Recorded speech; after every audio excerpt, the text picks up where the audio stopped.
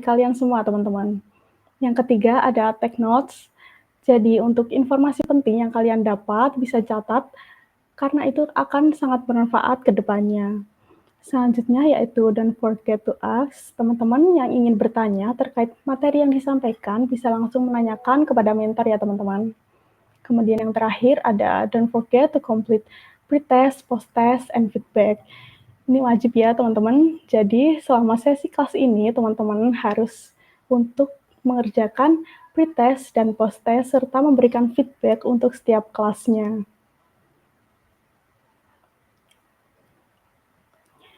Kemudian sebelum masuk ke materi, teman-teman bisa ngerjain pretest dulu.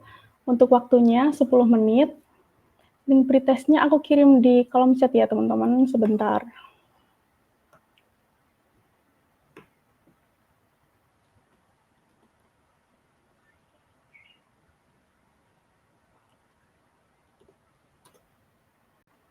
Oke, sudah teman-teman bisa mulai dikerjain untuk pretestnya. Waktunya 10 menit mulai dari sekarang ya.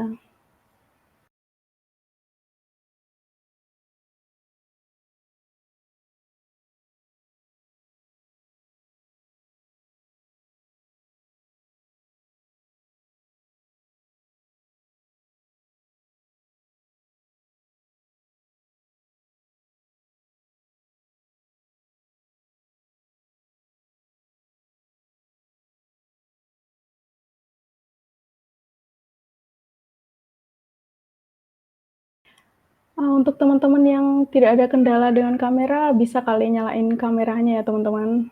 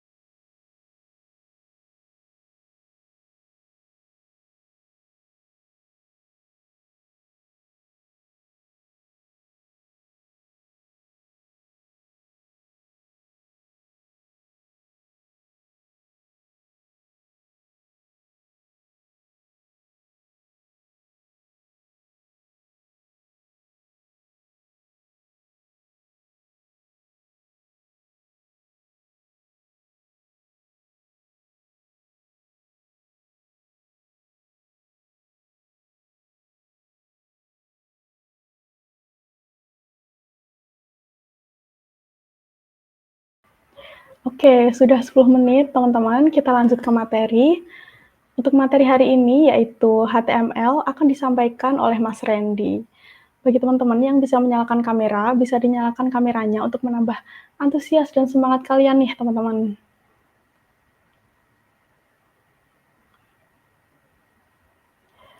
Ayo bisa dinyalakan kameranya teman-teman.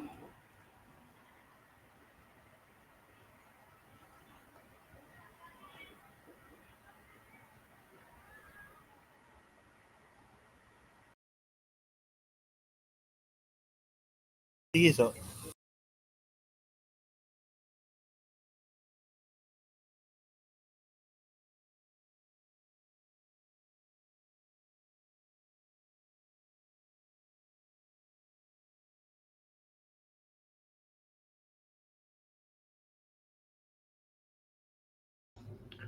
Oke, terima kasih Mbak Via ya, sudah dipimpin tadi.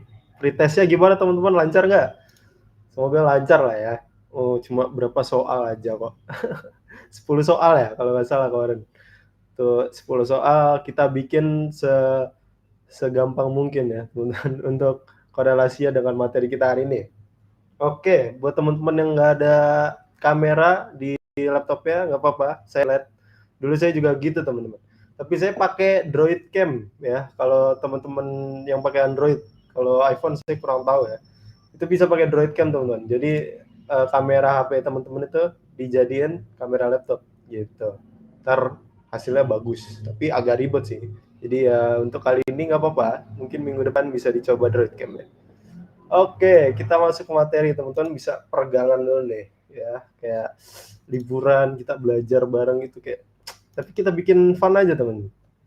Kita masuk ke materi pertama ya, diskusi nih tentang front end. Sebelum masuk ke HTML ya, kita hari ini pengen belajar tentang front end itu apa dulu. Sebenarnya di minggu lalu, bukan minggu lalu ya, onboarding. Onboarding itu saya sudah bilang front end itu apa, dan analoginya juga ya. Mungkin teman-teman ada yang masih ingat atau minggu kemarin onboarding kemarin join, terus hari ini join lagi, mungkin bisa dibantu di kolom chat ya. Kita diskusi nih, kira-kira front end itu apa teman-teman? Front end itu apa? Terus kalau teman-teman mungkin penjelasan terlalu bakunya agak pusing ya, kita bisa pakai analogi teman-teman. Nah, analogi pas onboarding kemarin saya sudah spill ada analoginya. Ada nggak nih teman-teman yang lagi free, bisa bantu ya, kita diskusi bareng di kolom chat. Saya tunggu sampai 3.55 deh, semenit cukup lah ya.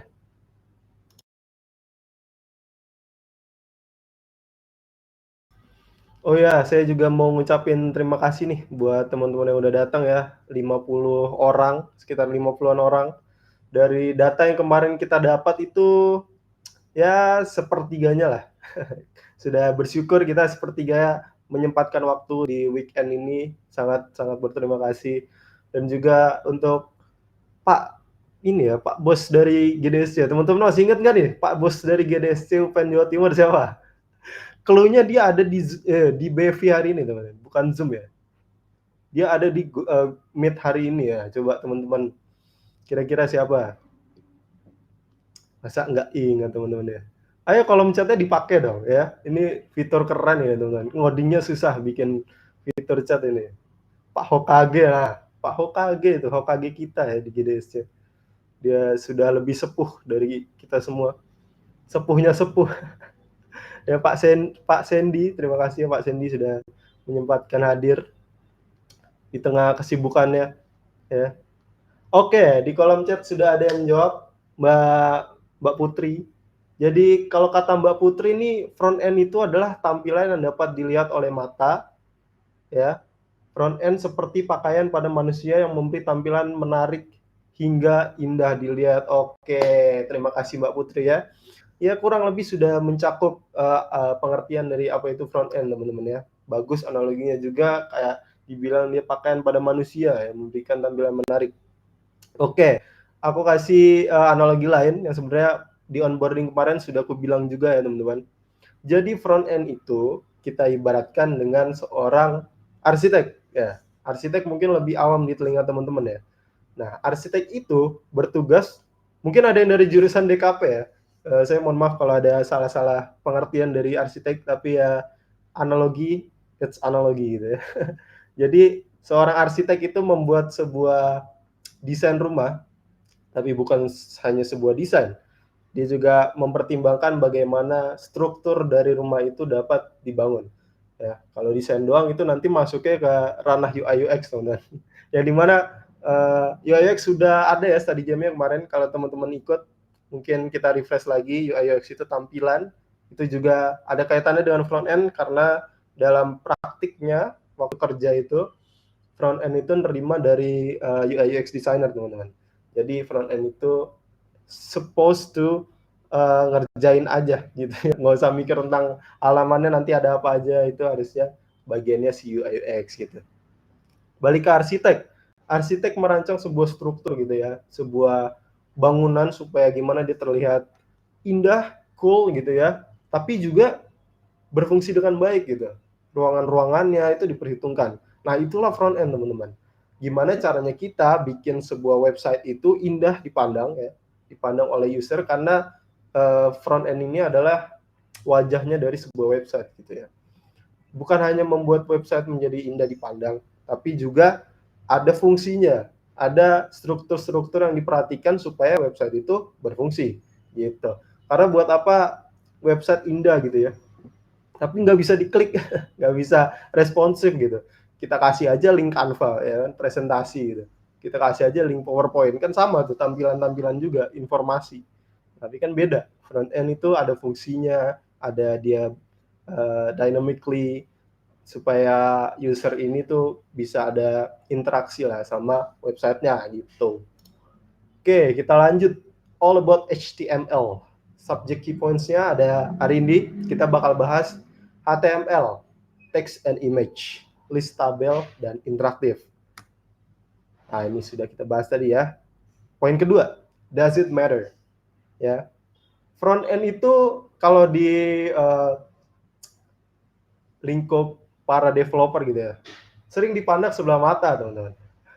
Karena front end ini dianggap bahasa pemrogramannya bukan bahasa pemrograman gitu. Kita kan pakai HTML, teman-teman. Nah, HTML itu adalah Hypertext Markup Language. Jadi dia bukan bahasa pemrograman, teman-teman, tapi bahasa khusus untuk membuat sebuah website, membuat sebuah tampilan, itu didefinisikan dari HTML gitu. Jadi perlu nggak sih front end developer? Tentu perlu ya, teman-teman. Walaupun sering dipandang sebelah mata, dibilang front end itu gampang gitu ya.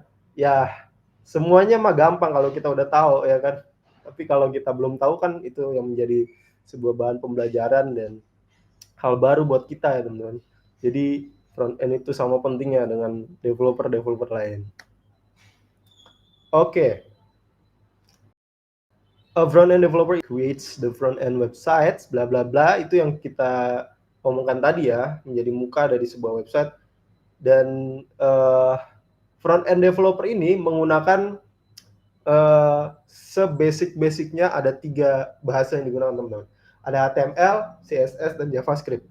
Dari ketiga ini, satu-satunya bahasa pemrograman adalah si JavaScript, teman-teman.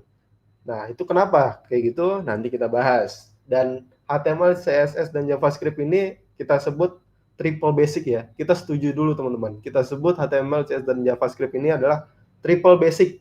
Artinya triple basic ini harus teman-teman tahu supaya teman-teman bisa jadi front end developer yang mantap, yang cakep gitu ya. Nah, sebagai tambahan, front end developer can utilize various libraries and frameworks. FED ini dia bisa memanfaatkan banyak banget pustaka, teman-teman. Pustaka dan juga kerangka kerja untuk meningkatkan efisiensi dan efektivitas. Jadi library dan framework itu apa? Library dalam kita melakukan pengkodingan gitu ya.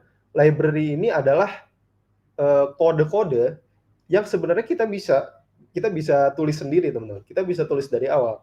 Tapi kan itu tidak efektif, tidak efisien. Nah, muncullah library.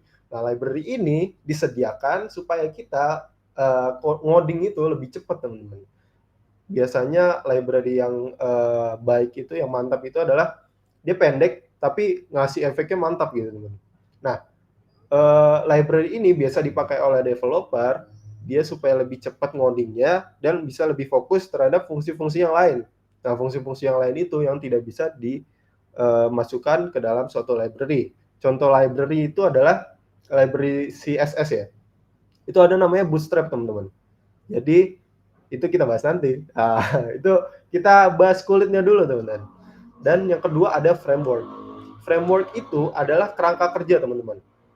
Seorang developer itu dia bisa ngoding dari awal, bisa banget ya, sama kayak tadi bisa ngoding dari awal tapi kan lama ya, lama dan tidak efisien gitu. Nah, framework ini muncul dia dengan kerangka kerja yang sudah siap digunakan. Contohnya kita analogikan lagi kayak rumah teman-teman. Ada tukang nih, kayak mandor bikin rumah ya, bikin rumahnya udah jadi. Kalau saya asli Jawa Barat teman-teman. Di Jawa Barat itu ada komplek perumahan, di sini juga ada sih sebenarnya, di mana-mana. Komplek perumahan yang kita bisa beli dan udah jadi gitu. Kita beli rumah, udah jadi kompleknya. Nah, dengan rumah yang sama ya, dengan rumah yang sama itu satu komplek kan sama semua rumahnya teman-teman. Kita bisa gunain isi dalam rumah itu kan berbeda-beda. Misalnya ada 3 ruangan. Saya mau pakai 3 ruangan ini jadi kosan lah ya. Saya mau pakai rumah ini jadi kosan. Tiga-tiganya kamar nih. Kamar mandi yang nggak ada, kamar mandi di rumah sebelahnya misalnya. Rumah sebelahnya. Terus ada lagi suami istri nih, beli rumah di komplek yang sama. Dia pakai buat kamar tidur, buat kamar mandi, sama misalnya satunya kamar tidur anaknya gitu ya, suami istri dan satu anak. Itu yang dimaksud dengan framework teman-teman. Sudah disediakan dan developernya itu tinggal gunain aja sesuai kebutuhannya, kira-kira mau ngapain gitu. Kan jadi lebih cepat ya daripada saya bikin kosan dari awal ya kan, daripada suami istri tadi bangun rumah dari awal kan lebih tidak efektif gitu. Itulah framework dan libraries yang biasa digunakan oleh front end developer. Kemudian nih bagian yang paling disukai banyak orang ya, duit ya, money. Kita bahas money teman-teman. The salary offered to FED varies depending on experience, bla bla bla bla bla bla. Intinya front end developer itu digaji sesuai dengan skill lu bisa apa aja sih gitu. Nah, di United States, di Amerika, junior front end itu FED dia bisa mendapatkan sekitar $8.750 teman-teman per bulan ya, junior loh. Coba sih saya pengen hitung ya berapa kira-kira kalau dirupiahkan 8.750 kali 15.000,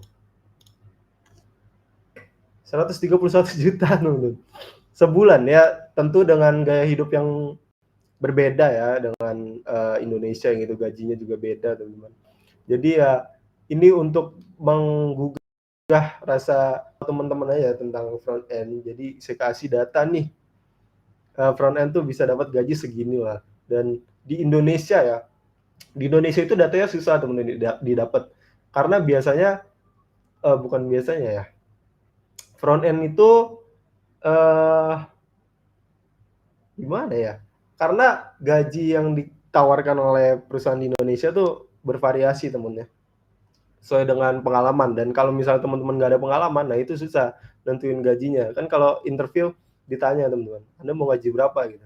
Nah, itu susah. Kita dapat data gaji dari negara-negara ini aja susah teman-teman. Makanya semoga dengan adanya data-data ini teman-teman tertarik ya untuk menaikkan industri front end di Indonesia. Oke, kita masuk ke web dan struktur. Nah, pada dasarnya website itu dibangun dengan 3 buah fondasi utama. Ada HTML, CSS, dan JavaScript. Triple basic ya teman-teman. Kita ingat-ingat lagi triple basic tadi, jangan sampai lupa, baru dibahas ya.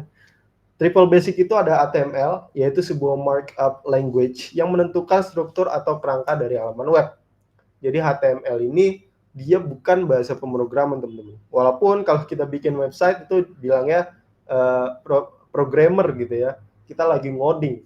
Padahal ngoding HTML, markup language. Tapi kan kalau ngoding bukan HTML doang ya teman-teman. Ada JavaScript, itu kan bahasa pemrograman yang valid gitu. Terus ada CSS, yaitu sebuah markup language yang memberikan gaya atau styling agar halaman web ditampilkan lebih ciamik. Tadi kalau kata Mbak Putri, dia itu front end udah kayak baju ya, baju di manusia kalau nggak salah tadi. Nah, itu adalah tugasnya si CSS ini, teman-teman. Nah, si CSS dia bikin halaman web itu jadi lebih berwarna. Nah, contohnya saya mau kasih HTML tanpa CSS, teman-teman. Ini di sebelah kanan bawah ada gambar kan ya. Ada codingan di sebelah kirinya, terus kanannya outputnya. Ini nggak bisa di zoom sih, teman-teman. Intinya yang di sebelah kanan ini hasil dari HTML yang kiri tanpa CSS, teman-teman. Tanpa styling. Nah, tanpa styling ini kan jadi, aduh, gimana ya? Ini mungkin kalau webnya ada di sekitar tahun 2005 oke, teman-teman. Ini website oke kalau tahun 2005. Tapi kalau sekarang kayaknya website anak SD kayaknya ini kayak gini ya, cuma nampilin tulisan gitu ya. Kayak yang saya bilang tadi, kita kasih aja link Canva untuk tulisan-tulisan doang kan lebih menarik kan Canva kan. Jadi kan ini beda, sekali lagi saya ingatkan ya. Selanjutnya ada JavaScript. Dia ini mungkin agak kurang tepat ya. Dia bukan satu-satunya programming language yang didukung oleh browser, tapi mungkin satu-satunya yang dipakai di pemrograman website ya, untuk lebih interaktif. Setahu saya itu ada namanya TypeScript, Dart, terus ada apa lagi gitu. Nah, itu juga bisa digunakan, tapi untuk triple basic-nya yang biasa paling umum, paling umum digunakan itu adalah JavaScript, teman-teman, untuk meningkatkan interaktivitas pada halaman web. Contohnya apa sih penggunaan JavaScript itu? Contohnya ketika teman-teman buka suatu website ya, misalnya di ilmu, taruhlah, dia ada button kan ya, button, ada tombol, teman-teman. Nah, ketika tombol itu diklik, dia akan mengirim data teman-teman ke server, atau kalau dalam lingkup kita belajar di lokal ya, di lokal itu dia ngirim data ke lokal. Nah, itu gunain JavaScript, teman-teman. Nah, dari JavaScript itu kita bisa bikin halaman yang kita buat jadi lebih interaktif, lebih dinamis gitu. Dan juga kita memerlukan software sebagai kapal untuk menjelajahi beragam destinasi pulau. Waduh, tidak lupa juga dengan nama domain sebagai tiket untuk mengaksesnya. Teman-teman tahu nama domain ya? Nama domain itu kalau teman-teman www.blablabla.com, .co.id, ya, .org itu domain, teman-teman. Nah, itu kaitannya dengan front end, kaitannya dengan jaringan mungkin ya. Tuh, jadi kode-kode yang sudah kita susun tadi itu bakal ditampilkan di browser, yang dimana dalam beberapa kasus kita bisa menemukan adanya bug ya. Kita bisa temukan di browser satu kok jalan, tapi di browser satunya kok nggak jalan. Nah, kalau saya itu pengalaman di Microsoft Edge sama di Chrome. Nggak sering sih, tapi pernah. Di Edge itu lancar, tapi di Chrome nggak. Nah, itu kaitannya dengan nanti akan saya bahas di HTML ya. Kita next. Nah, hari ini kita bahas HTML, teman-teman. Kayak yang di pretest teman-teman kerjain tadi ya. Soal-soalnya itu HTML semua, teman-teman. Semoga abis ngerjain pretest tadi nggak burn out ya. Kita belajar dari soal-soal yang tadi itu nanti akan dijelasin di sini, teman-teman. Oke, materi pertama, teks pada HTML. Teks adalah sebuah penanda yang digunakan untuk menentukan elemen-elemen di dalam sebuah dokumen HTML. Tag dapat digunakan untuk membuat judul, paragraf, gambar, tautan, tabel, daftar, dan lain-lain. Tag juga dapat digunakan untuk memberi gaya, format, dan semantik. Semantik itu artinya gini, teman-teman. Sebuah teks itu dikasih makna sehingga tahu apa artinya. Jadi kita kasih teks supaya komputer tahu, oh ini maksudnya elemen head, oh ini maksudnya elemen body. Nah, apa sih elemen HTML, head, dan body itu apa maksudnya? Yang pertama ada HTML. Tag HTML ini adalah di mana teman-teman ngoding ya, melakukan pengkodean itu semuanya di dalam tag HTML, teman-teman. Supaya apa? Supaya dia dibaca sebagai sebuah bahasa HTML. Jadi nanti dia akan nembak ke tampilannya itu munculin apa yang teman-teman coding. Kedua ada head. Nah, di head ini elemen-elemen untuk elemen metadata, judul, dan script. Biasanya JavaScript itu ditulis antara di dalam head atau di paling bawah dari si slash body ya. Nanti saya coba share screen codingnya deh. Teman-teman semoga udah awam dengan Visual Studio Code ya. Nanti saya akan pakai text editor Visual Studio Code. Itu dia lebih canggih lah dari yang lain. Bisa pakai Notepad, tapi Notepad nggak ada auto tag-nya, nggak ada dia bisa benerin posisinya. Dan Visual Studio Code itu banyak plugin-nya, jadi kita bisa download nanti saya bisa share screen. Oke, selanjutnya text and image. Text format adalah beberapa elemen yang dapat digunakan untuk menampilkan jenis atau gaya khusus. Intinya text format itu bagaimana tulisan teman-teman ditampilkan di webnya, dan tag image adalah bagaimana teman-teman menampilkan sebuah gambar di tampilan webnya. Nah, ini ada beberapa text format ya, text format yang disediakan oleh HTML yang bisa kita pakai. Ada tag bold, tag big, italic, format small, ya, strong. Nah, kalau teman-teman lihat di sini ada tag bold dan tag strong ya. Di sini ada fun fact teman-teman. Keduanya itu nggak berbeda, sama fungsinya bikin tulisan itu jadi tebal, tapi ada yang membedakan. Yang membedakan adalah ketika teman-teman menggunakan text format strong, dia akan menjadi keyword teman-teman, kata kunci ya. Jadi dalam sebuah website itu ada yang namanya SEO, Search Engine Optimization. Nah, itu adalah kaitannya dengan web crawler. Nah, web crawler itu adalah robot teman-teman. Robot yang kita bilang istilahnya AI lah ya. AI yang memungkinkan si search engine ini nangkap kata-kata yang teman cari. Misalnya teman-teman nyari nasi Padang ya. Terus saya bikin nih website nasi Padang terpopuler di Surabaya. Nah, nasi Padang ya, tulisan nasi Padang ya, saya kasih text format strong ya, gitu. Nah, memungkinkan dari web saya itu untuk muncul lebih atas ketika teman-teman nyari ada keyword itu nasi Padang. Jadi perbedaan bold dan strong itu ada di situ teman-teman.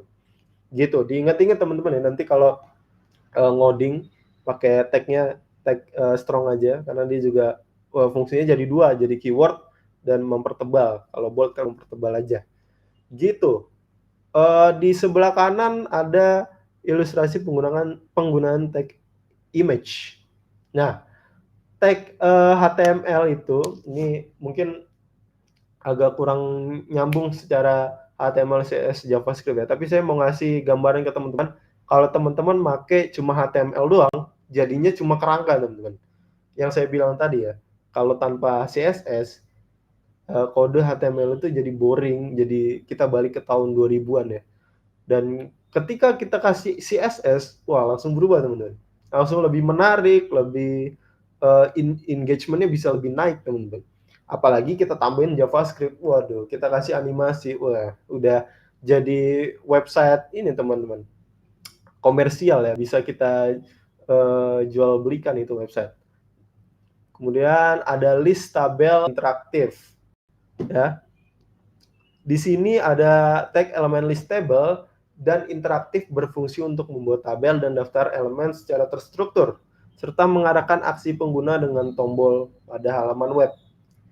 Nah, jadi di sini list yang bisa kita gunakan ketika kita melakukan pengkodean ya, ada order list ya, ada order list dan juga unorder list. Seperti namanya, jadi dalam aktivitas coding ya teman-teman, biasakan dengan bahasa Inggris teman-teman ya. Karena dengan bahasa Inggris ini kita bisa lebih nangkap apa yang pengen kita buat. Misalnya, aduh pengen bikin artikel nih, tapi kodenya apa ya, lupa gitu. Terus kita mikir kan, kayak bahasa Inggrisnya list yang terstruktur, terfilter apa ya? Oh iya, order list terus disingkat jadi OL, kan jadi nyambung gitu teman-teman, logika ya, nangkep ya. Jadi biasakan dengan bahasa Inggris gitu teman-teman. Nggak harus jago bahasa Inggris, tapi biasakan dengan bahasa Inggris. atribut pada list tag. List tag memiliki atribut khusus yang dapat digunakan, yaitu type, start, dan reverse. Atribut type digunakan untuk mengubah jenis pengurutannya. Unordered list digunakan untuk membuat sebuah daftar dengan simbol. Penulisan unordered list dimulai dengan tag UL, unordered list ya. Sedangkan setiap daftar item ditentukan oleh tag LI. Coba LI apa teman-teman? List item. Nyambung kan logika ya. Kalau kita terbiasa dengan bahasa Inggris, kita bisa langsung, oh tag LI list item gitu. Jadi ngodingnya tuh lebih fun, nggak kayak mikir, waduh codingannya apa ya waktu itu gitu. Jadi lebih relate teman-teman sama bahasa komputer ya. Oke. Perhatikan penulisan kode dan setiap atribut yang digunakan. Itu nanti saya share screen di Visual Studio Code. Pembuatan tabel didefinisikan dengan menggunakan tag table dengan membaginya menjadi baris tabel menggunakan tag tr. Table row ya teman-teman. Baris tabel dibagi menjadi kolom tabel atau data tabel dengan menggunakan tag td. Untuk membuat garis pada tabel perlu ditambahkan atribut border. Ini terlalu banyak teori ya, kita next aja. This is an example of section title slide. Apa ini? Sepertinya ada kesalahan di PPT. Oke, kita langsung saja ke Visual Studio Code ya teman-teman, supaya dari tadi teori terus, kita langsung aja praktek teman-teman. Saya mau share screen langsung aplikasi Visual Studio Code-nya.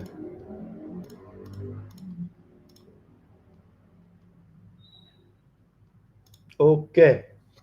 Udah kelihatan ya teman-teman? Nah, ini adalah tampilan dari Visual Studio Code teman-teman.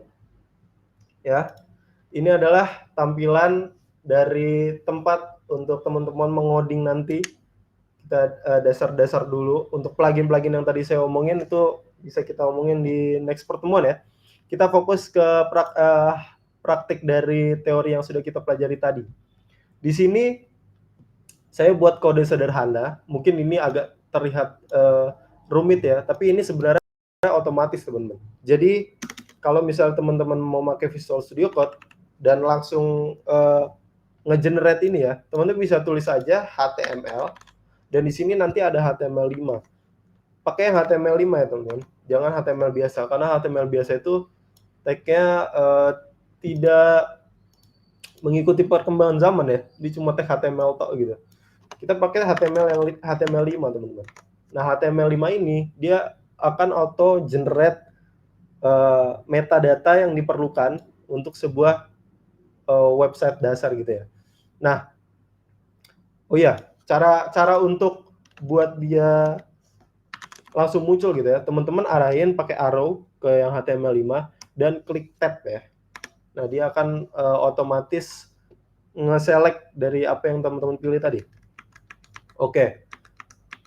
Di sini saya mau jelasin isi dari metadata yang saya bilang tadi ya. Di head itu elemen yang ditampilkan bukan elemen visual. Dalam artian elemen yang ada di sini itu adalah elemen-elemen yang nggak ada di tampilan web teman-teman. Mungkin yang ada di tampilan web itu cuma title teman-teman. Nah kita coba live ya. Kita lihat output dari kode ini. Nah ini adalah hasil dari kode yang sudah saya tulis di sini ya. Ada H1, H2. H itu adalah artinya header ya teman-teman. Bahasa Inggris lagi. Header 1. Dan di sini ada header 1 sampai header 6. Nah, header 1 ini angkanya itu adalah melambangkan dari ukuran dia teman-teman. Jadi dalam HTML itu kode-kodenya itu udah ada nilainya.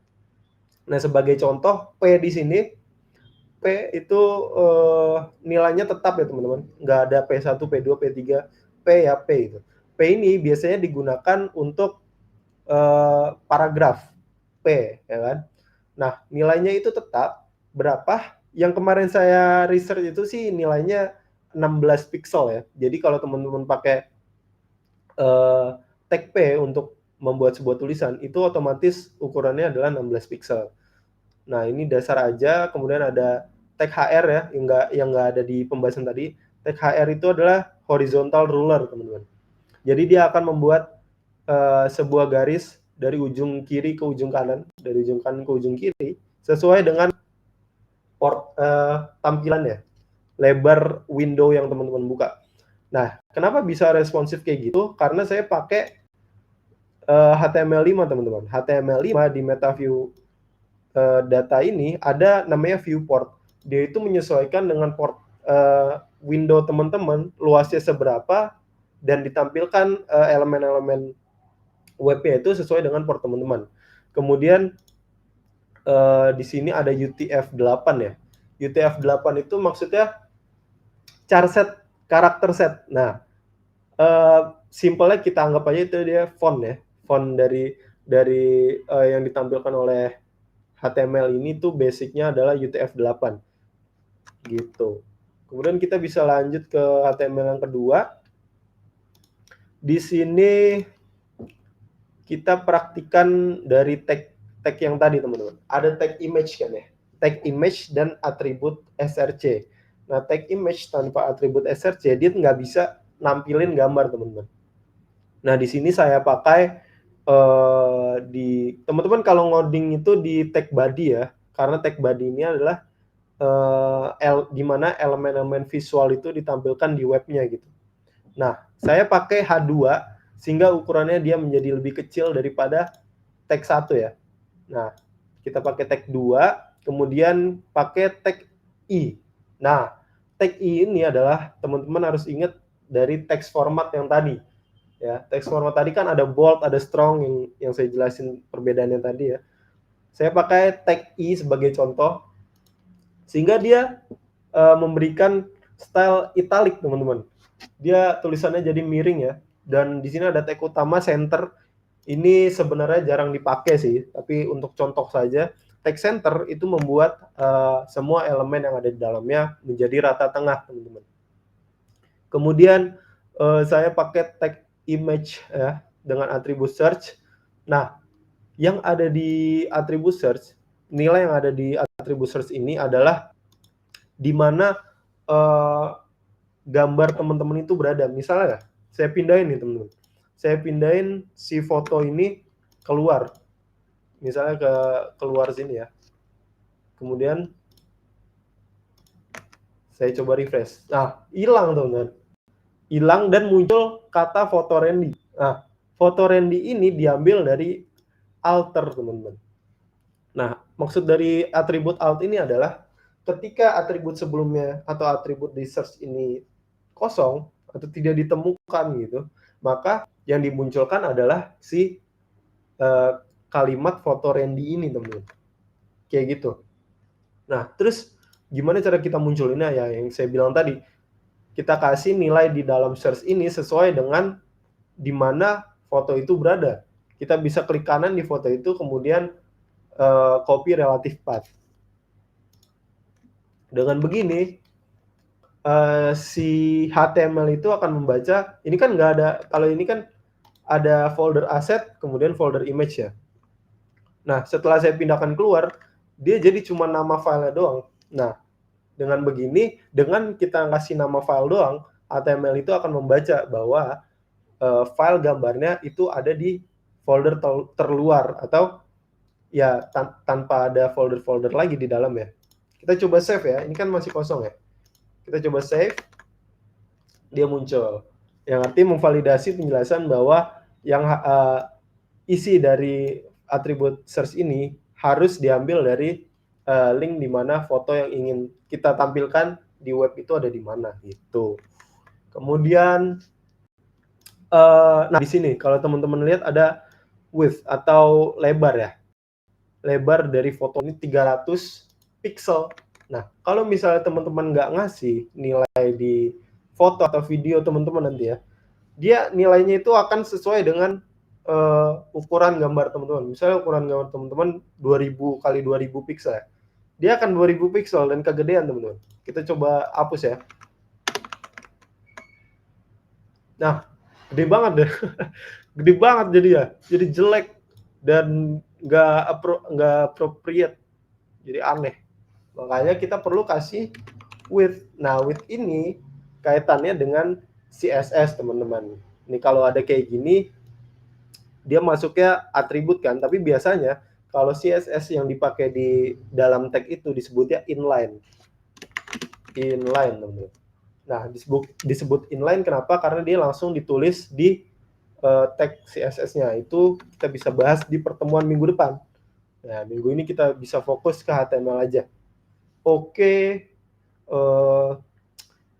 di sini aman sih harusnya.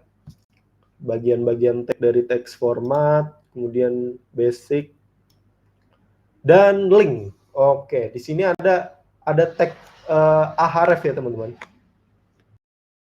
Tag ahref ini, teman-teman kalau ngoding biasakan ini ya, kita pindah ke view, pilih menu view, kemudian ada word wrap. Dia jadi tulisannya nggak ke kanan teman-teman. Ngodingnya nggak pusing. Oke, kita coba lihat di bagian sini.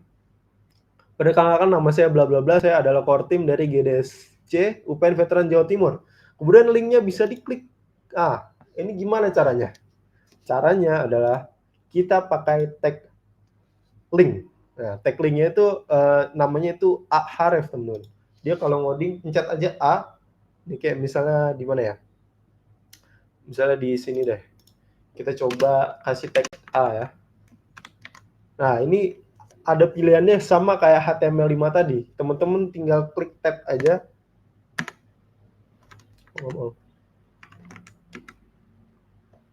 Oh iya. Sebentar. Teman-teman tinggal klik aja link ini. Kemudian tinggal diisi aja di tengah ini. Href ini adalah di mana teman-teman naruh link yang mau teman-teman direct gitu ya. Dan di sini saya kasih linknya di GDSC. Kemudian target blank. Nah, target blank ini yang seringkali para developer itu lupa ya. Jadi link target blank ini apa maksudnya? Link target blank ini adalah ketika teman-teman membuat sebuah elemen bisa diklik dan mendirect ke halaman lain, itu dibukanya di tab yang berbeda, teman-teman. Di sini kan kalau kita klik, nah itu dia buka di tab baru kan. Jadi yang tab awal itu nggak keganggu lah, teman-teman. Itu annoying biasanya kalau misalnya kita klik linknya tapi bukan merefresh, merubah halaman yang sedang kita buka. Kita coba hapus target blanknya ya.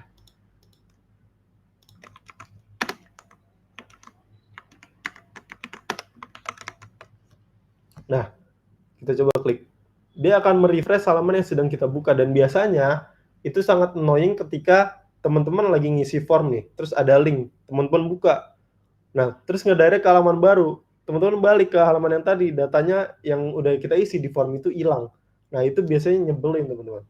Biasakan untuk membuka sebuah link itu, kecuali untuk case tertentu mungkin ya, biasakan menggunakan target dengan nilai underscore blank supaya dia bukanya di halaman baru.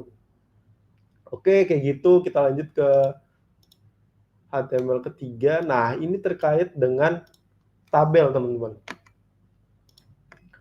Kita coba live server lagi. Kita lihat tabelnya yang dihasilkan dari kode ini. Nah, kita coba word wrap lagi supaya nggak ke kanan ya. Di sini saya kasih title daftar nilai. Nah, title ini muncul di mana sih? Yang saya bilang tadi, kalau misalnya di head, itu semua elemennya bukan elemen visual atau non-visual.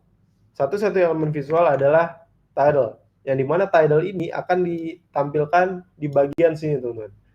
Nah, biasanya ini kan harusnya ada logo gitu ya. Nah, ini dikasih tag image, teman-teman. Sebelum daftar nilai ini dikasih tag image. Maka dia akan munculin kayak gini. Nah, kemudian seperti biasa kita melakukan coding di tag body ya. Kita pakai tag center lagi. Ini jarang dipakai, tapi untuk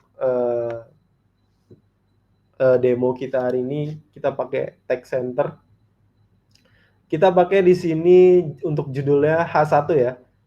Elemen header terbesar H1 kita pakai. Kemudian kita pakai tag bold ya, untuk buat tulisan jadi tebal, tag ins untuk underscore ya. Ini biasanya pakai underscore, tapi kalau di HTML itu inserted, makanya dia INS. Nah, itu harus dibiasakan teman-teman ya, nggak semua bahasa Inggris sesuai dengan yang teman-teman mau. Nah, di sini kita pakai tag table untuk membuat kerangka tabelnya. Ya, kita bisa lihat di sini semua codingan yang berkaitan dengan table itu kita masukkan table, teman-teman. Kemudian kita awali pengkodean dengan tag table row. Nah, tag table row ini, row itu kan dari kiri ke kanan ya teman-teman. Kalau kolom itu kan atas bawah. Nah, makanya kita bisa lihat di sini nilainya itu ada nama nilai aksi. Nama nilai aksi dia dari kiri ke kanan teman-teman. Nah, dari kiri ke kanan karena dia masuknya di table row gitu. Nah, kemudian ada atribut ya. Atribut yang dipakai di sini ada row span sama call span. Span itu jarak ya teman-teman. Nah, kalau dia pakai row span berarti apa? Jarak si barisnya bernilai 2. Kemudian ada atribut BG color untuk memberikan warna. Dia pakai yellow, tapi kalau teman-teman mau pakai kode hex ya misalnya, itu bisa juga. Bisa pakai kode hex. Dan selanjutnya ada ini sama tadi pakai link href, ada alternya juga GameLab icon misalnya ya. Nah, GameLab icon itu misalnya kita taruh dia ikonnya itu nggak ada gitu ya. Misalnya ini kan pakai link ya teman-teman. Pakai link dari GDSC nih. http logogen gdsc asu.com. Saya nggak download, saya nggak punya file lokalnya. Di sini aset image kosong gitu kan. Nah, link href atau SSRC itu bisa pakai link HTTP ya, nggak harus file lokal. Nah, di sini kalau misalnya kalau dia dihapus misalnya di database logogen bla bla bla ini dihapus gitu teman-teman. Nah, di alternya berarti dia munculin GameLab icon gitu ya. Ini nggak relate. Misalnya kita ganti GDSC icon. Nah, dia akan munculin GDSC icon di sini teman-teman sebelum lihat rincian. Kayak contoh yang tadi ya. Kemudian di inline CSS juga inline atribut dari width-nya bernilai 20, height-nya bernilai 20. Itu dari panjang dan lebar ya. Sisanya juga sama, membuat tabel yang sama, dikasih border dan sebagainya. Kira-kira gitu sih teman-teman. Kalau untuk materi hari ini, HTML singkat, padat, dan kurang jelas. Kalau teman masih bingung, mungkin bisa langsung raise hand aja, tanya mumpung masih ada waktu berapa ya Mbak Fia? Kira-kira untuk materi hari ini.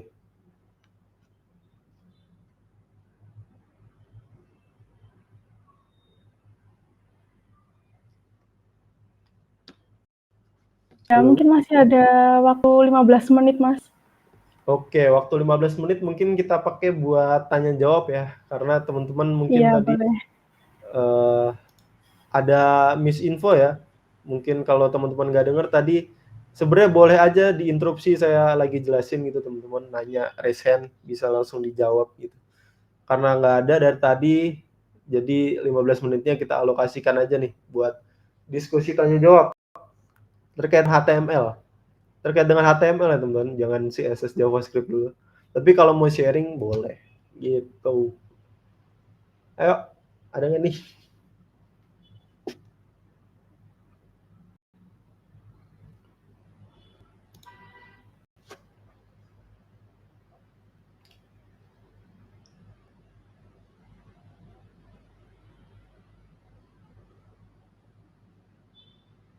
Oke, dari Mas Hilman ada info gaji di Indo bervariasi banget di Indonesia. Bisa 2 juta buat Tokped. Oke, dari Mas Caesar, wah apa tuh Visual Studio Code? Visual Studio Code itu adalah text editor ya. Text editor yang bisa teman-teman gunain. Sebenarnya jadi opsi tapi tidak menjadi opsi ketika Visual Studio Code ini terlalu OP, teman-teman. Nah, seperti yang saya bilang tadi, Visual Studio Code bisa pakai plugin. Jadi ada yang namanya extension di sini, itu bisa membantu banget teman-teman buat melakukan aktivitas coding. Ini adalah ekstensi yang saya pakai, tapi untuk basic HTML itu kita pakai Prettier biasanya teman-teman. Nah, Prettier ini fungsinya adalah ketika teman-teman ngoding ya, misalnya nih, ini Prettier saya aktif nggak ya? Aktif, oke. Misalnya teman-teman ngoding begini ya, berantakan gitu.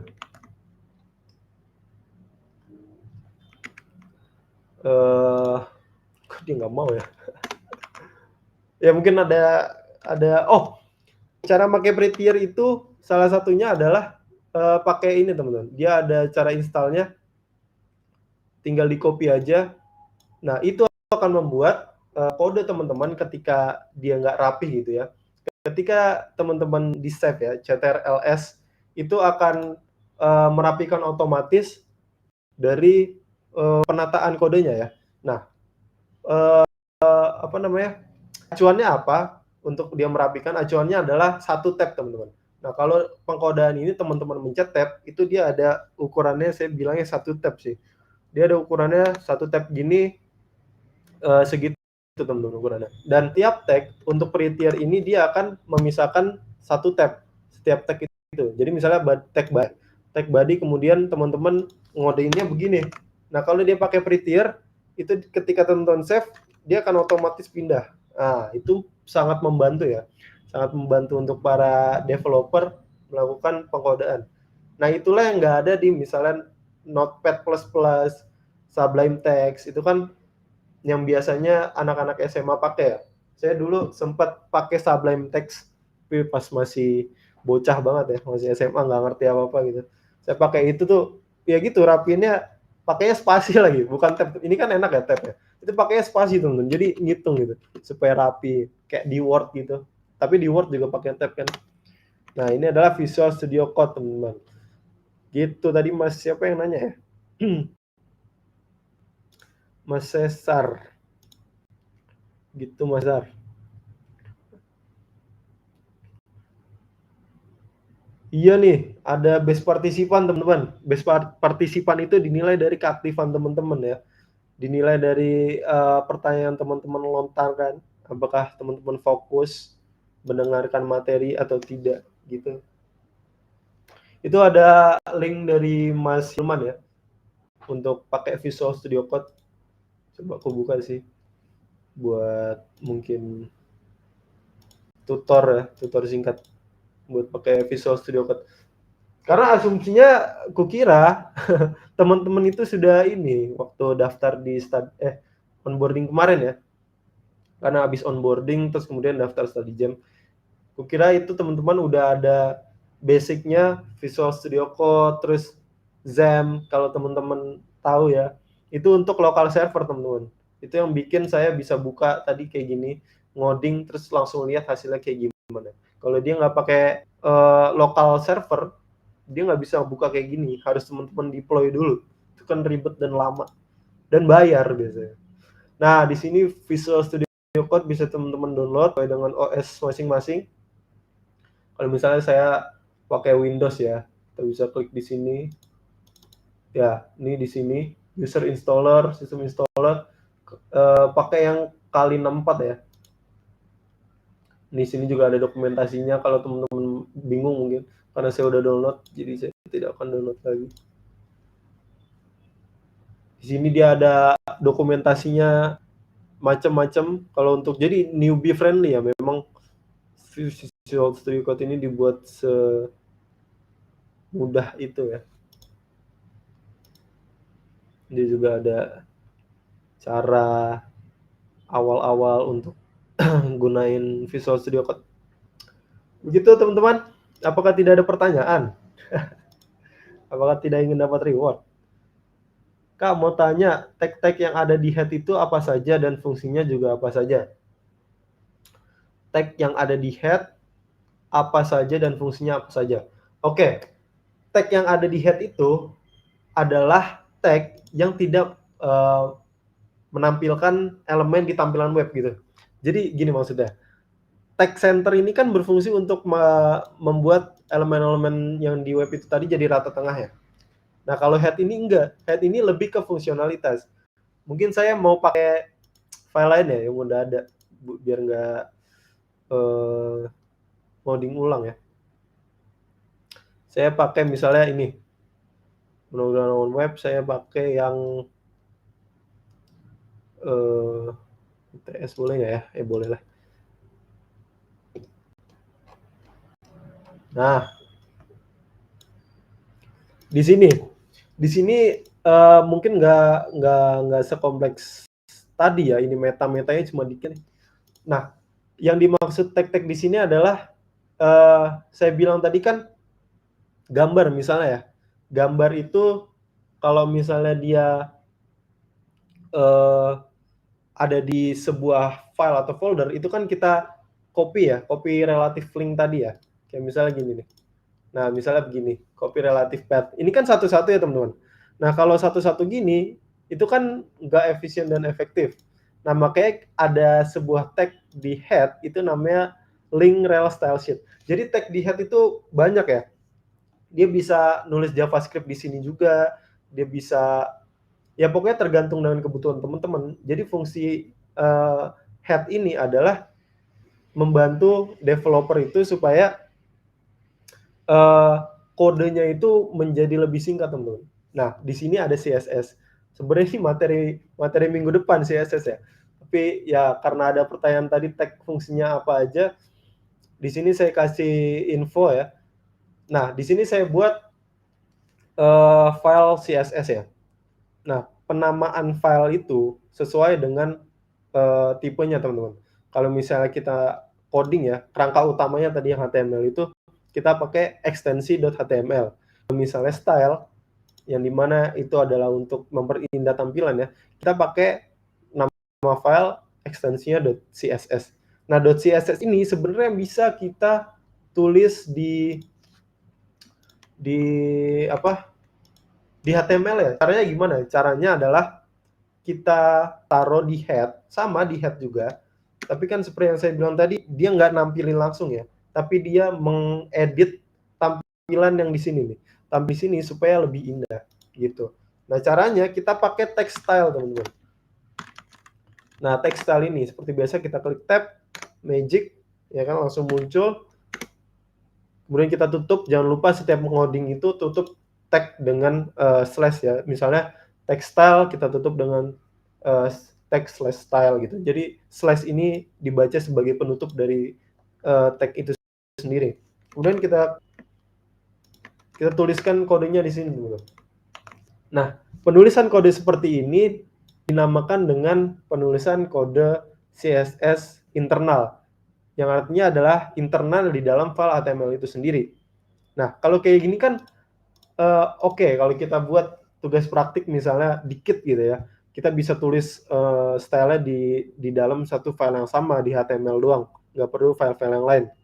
Tapi ketika teman-teman sudah masuk ke dalam project yang lebih besar, ini sangat tidak efisien, teman-teman. Maka dari itu, kita pisahkan dia menjadi file yang lain. Nah, itulah awal mula saya membuat desain web tiket konser ini. Saya buat semua kode CSS ada di sini, dan kemudian tinggal saya panggil aja linknya. Tinggal saya panggil aja si filenya itu. Nah, gimana cara manggilnya? Manggilnya kita pakai tag link, atribut rel, style sheet, href, dan kita tulis di sini. Nah, karena ini posisinya paling luar ya, maka saya nulisnya cuma nama file aja. Nah, kalau misalnya di dalam file atau folder lain gitu ya. Nah, sama kayak kasus yang gambar tadi ya. Pokoknya kalau berhubungan dengan link atau pemanggilan elemen-elemen lain, itu pakainya sesuai dengan di mana file itu berada ya. Ini ada css/bootstrap min css. Ini adalah library ya. Saya pakai di sini library bootstrap, yang dimana itu adalah kumpulan-kumpulan dari kode ini, teman-teman. Nah, mungkin agak lebih pusing ya, tapi itulah intinya dari tag head. Tag head adalah tag di mana developer itu memberikan sebuah perintah untuk memanggil file lain, atau memberikan sebuah perintah JavaScript. Biasanya nulisnya begini, teman-teman, kalau JavaScript. Di bagian bawah dari si head-nya ditulis text script, teman-teman.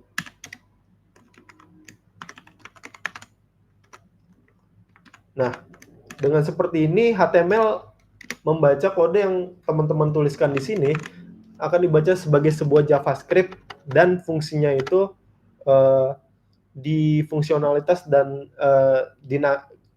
kedinamisan, nggak tahu itu sebuah kata atau bukan ya. Pokoknya membuat sebuah web menjadi dinamis. Jadi tag head ini berfungsi untuk di luar dari elemen visual gitu ya. Tergantung si Mbak siapa tadi ya, mau pakainya buat apa gitu, tergantung kebutuhan. Begitu, teman-teman. Oke. Extension HTML sendiri apa aja ya Kak yang harus di-download? Ekstensi HTML itu sesuai kebutuhan, tapi yang saya rekomendasikan itu ada Prettier ya. Prettier itu yang sudah saya jelaskan tadi. Kemudian Indent Rainbow, ini sebenarnya untuk beberapa orang membantu karena bisa kita lihat dokumentasinya ya. Ekstensi Indent Rainbow ini ngasih ngasih warna-warna yang berbeda tergantung apa ini ya, apa kodenya ya. Tapi menurut saya ini mengganggu, makanya saya disable ya. Kemudian untuk ekstensi-ekstensi yang lain sebenarnya tergantung siapa tadi ya? Mas Alvino. Tergantung Mas Alvino itu ngoding untuk keperluan apa. Misalnya ada bahasa PHP ya teman-teman, selain HTML. Ini makin jauh pembahasannya. Ada bahasa PHP, makanya dibutuhkan PHP Intelligence. Nah, PHP Intelligence ini sama kayak HTML. Kalau misalnya yang saya bilang tadi ya, misalnya saya pengen buat style lah di HTML ya, style internal ya. Saya pakai kan gini ya. Nah, terus langsung muncul kan ya, ada apa ini namanya? Suggestion in code style gitu ya. Itu artinya AI itu mendetek saya itu mau nulis apa sih gitu. Nah, PHP Intelligence ini juga membantu seperti itu, cuma pakai bahasa PHP. Nah, makanya untuk ekstensi yang dibutuhkan apa aja itu tergantung teman-teman tujuannya ngoding untuk apa gitu. Kalau saya sih misalnya masih pemula ya, dulu waktu saya masih pemula, Prettier ini sudah sangat membantu teman-teman. Prettier sudah sangat membantu karena kalau coder developer pemulainya ngoding itu ngoding enter terus ngoding jadi kan berantakan gitu ya, jadi rata gitu teman-teman di kiri. Nah dengan Prettier ini kan lebih enak gitu. Kalau ekstensi nggak ada ekstensi yang pasti, tapi tergantung kebutuhan masing-masing gitu. Mungkin yang bisa saya rekomendasikan tadi Prettier, terus ini highlight matching tag. Ini highlight matching tag itu fungsinya untuk menutup tag ya teman-teman. Ini fiturnya. Dia berfungsi untuk menutup tag. Misalnya tadi saya nulis tag style ya. Kan saya tadi nulisnya manual ya. Tag style, terus kemudian saya tulis lagi tag/style. Itu kan manual. Nah, pakai ekstensi ini itu bisa jadi otomatis. Tapi ada konfigurasi-konfigurasi yang harus teman-teman lakukan ya, supaya ekstensi ini aktif. Kayak Prettier tadi, kan saya bingung nih, di sini nggak aktif kenapa? Oh iya, ternyata saya bikin ini ternyata dokumen baru. Nah, dokumen baru itu konfigurasinya beda lagi. Harus ada file atau folder yang disimpan di dalam folder project teman-teman. Atau kalau misalnya nggak mau ribet, itu bisa dari settingan defaultnya ya teman-teman. Settingan defaultnya bisa diatur di sini. Tapi saya nggak bisa ngasih tutorial sekarang karena itu agak ribet dan bisa teman-teman cari di YouTube aja gitu. Ini ada Intelligence for CSS. Ini kaitannya dengan tadi sama AI membaca apa yang mau teman-teman tulis, tapi bahasa CSS yang dibaca gitu. Terus ada auto rename tag. Ini juga berguna nih. Teman-teman kalau misalnya ngoding ya, terus tag-nya misalnya mau tag apa ya, tag center misalnya, tag center ya. Tapi jadi bukan CENTER, tapi CENTRE. Centernya UK kalau saya nggak salah, UK atau US ya. Nah, itu kan jadi error nanti, teman-teman. Nah, kalau teman-teman ganti di cuma tag pembukanya, tag center ya, tapi di tag penutupnya slash centernya masih salah, itu kan jadi bug juga, teman-teman. Kalau teman-teman udah ngoding banyak, nanti jadi pusing juga. Nah, extension ini membantu untuk masalah itu. Itulah mungkin untuk ekstensi-ekstensi yang bisa saya rekomendasikan. Yang lain ekstensi beda lagi kasusnya. Gitu Mas Alvino ya. Mas Gilang, bagaimana jika kita buat konten banyak tabel yang terstruktur dengan full halaman? Saya bingung mengenai letak posisinya jika harus membuat seperti itu. Bagaimana jika kita membuat konten banyak tabel? Gimana maksudnya nih Mas Gilang? Terstruktur dengan full halaman, saya bingung. Mungkin saya nangkepnya Mas Gilang ini punya banyak data, terus pengen dibuat tabel ya. Itu ada library-nya Mas Gilang. Namanya itu data table. Nah, data table ini biasanya dipakai untuk munculin data-data banyak kayak gitu dan langsung ngasih fitur, Mas. Nah, fiturnya itu biasanya bukan biasanya, yang pastinya itu ada ini show berapa yang muncul ya di halamannya. Kemudian ada fitur search. Jadi Mas Gilang nggak usah pusing-pusing bikin fitur search, itu biasanya pakai JavaScript. Kan bingung ya kalau pakai JavaScript sebagai pemula itu agak ribet. Dan menggunakan data tabel ini, Mas Gilang bisa naruh data banyak, tapi tetap rapi. Nah, gitu. Kalau misalnya Mas Gilang pengen pakai cara konvensional, cara yang tadi misalnya ya, di file satunya. Kalau misal pakai cara konvensional yang tadi, itu bisa, tapi jadinya ya sama kayak gini juga ujung-ujungnya. Buat apa kita ngoding dari awal kalau kita bisa pakai yang sudah ada gitu. Nah, cara pakainya itu dia sudah ada dokumentasinya, masuknya ke Bootstrap. Materi minggu keempat. Nah, ini materi minggu keempat, teman-teman. Jadi nanti mungkin bisa lebih saya jelaskan untuk spill-spillnya ya ini, pakai ini kalau untuk tabel-tabel dengan data yang banyak dan dia juga sudah ada uh, fitur search engine-nya dan ya gitulah. Bisa pakai data table teman-teman ya. Nih datatables.net. Ntar bisa teman-teman coba-coba aja seminggu ke depan. Oke, apakah ada pertanyaan selanjutnya? Oh iya Kak, nanti recording di-share. Gak tau ya, ini bisa di-share apa enggak, Bevi? Mungkin nanti bisa ditanyain ke panitia. Oke, kayaknya nggak ada pertanyaan lagi ya. Mungkin sudah 15 menit ya Mbak Via ya? Atau lebih? Iya, sudah. Oke deh. Saya tutup kalau gitu ya teman-teman sesi study jam hari ini yang membahas tentang HTML, front end, dan sedikit CSS tadi juga. Terima kasih untuk perhatiannya teman-teman. Maaf kalau ada salah kata dan juga kekurangan ya karena ini perdana first weekly study jam kita. Semoga kedepannya bisa lebih baik lagi dan semangat teman-teman untuk belajar front end. Kita bertemu minggu depan. Dadah. Oke, terima kasih Mas Gilang nih. Terima kasih Mas Randy. Gimana nih teman-teman? Setelah ikut kelas hari ini, jadi ada sedikit gambaran kan HTML tuh gimana. Harusnya udah tahu ya dikit-dikit gitu. Sebelum mengakhiri kelas hari ini, teman-teman bisa ngerjain post test dan memberikan feedback kalian untuk kelas hari ini. Untuk post testnya waktunya 10 menit ya teman-teman. Linknya aku kirim di kolom chat.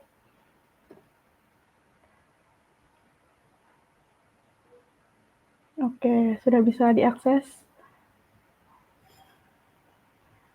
Mungkin sampai jam 5:05 ya post testnya.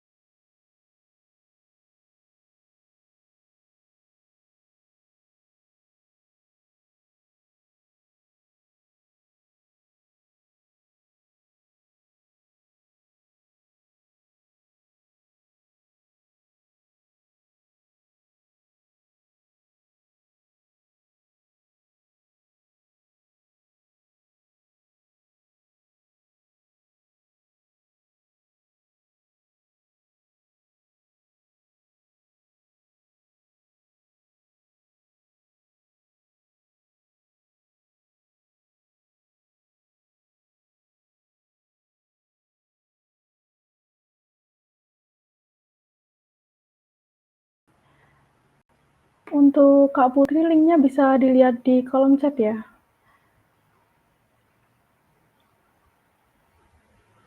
Udah aku kirim di kolom chat.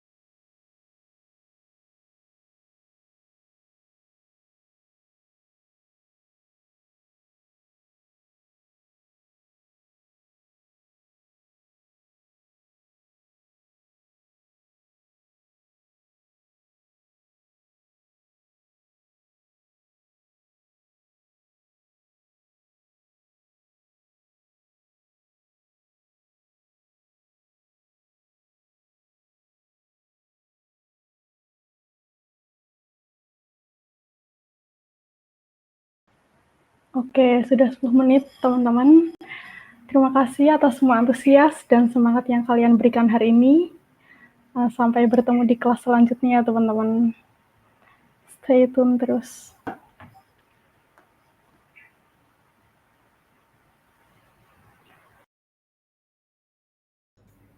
Dokumentasi dulu dong, Kak. Iya, kita ada dokumentasi. Oh iya, boleh. Untuk teman-teman nih, kameranya dinyalakan. Yang Ya. bisa dinyalakan. Ini buat dokumentasi.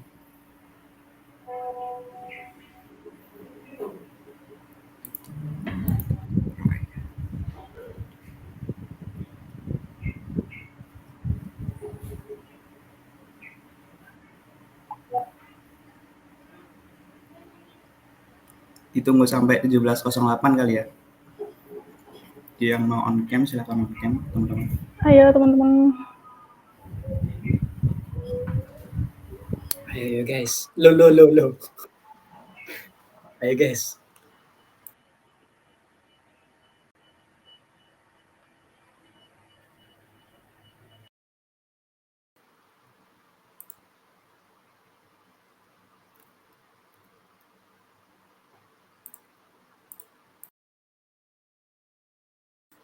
Yang bisa on cam ya guys. Bentar, 1 menit lebih, 2 menit berarti.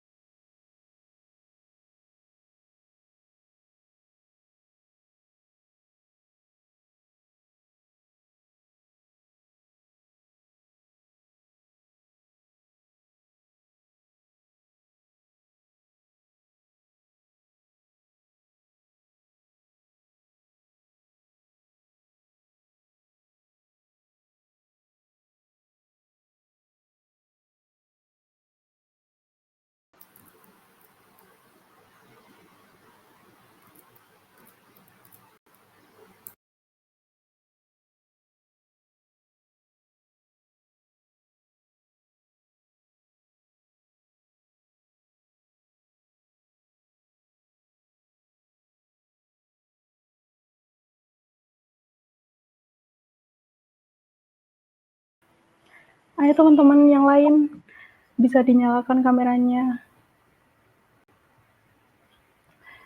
Yang tidak ada kendala boleh dinyalakan.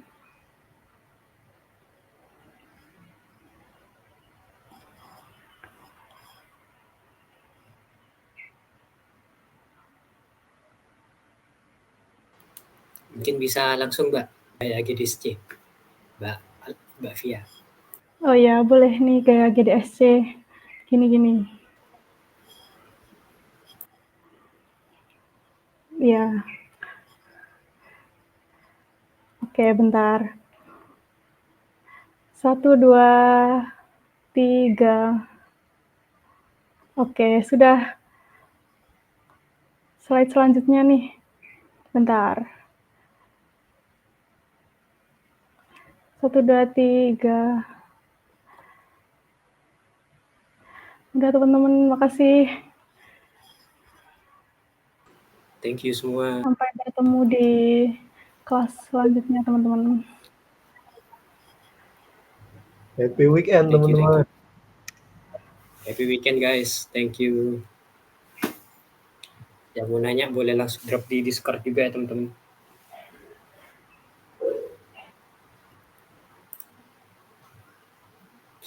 Sama-sama.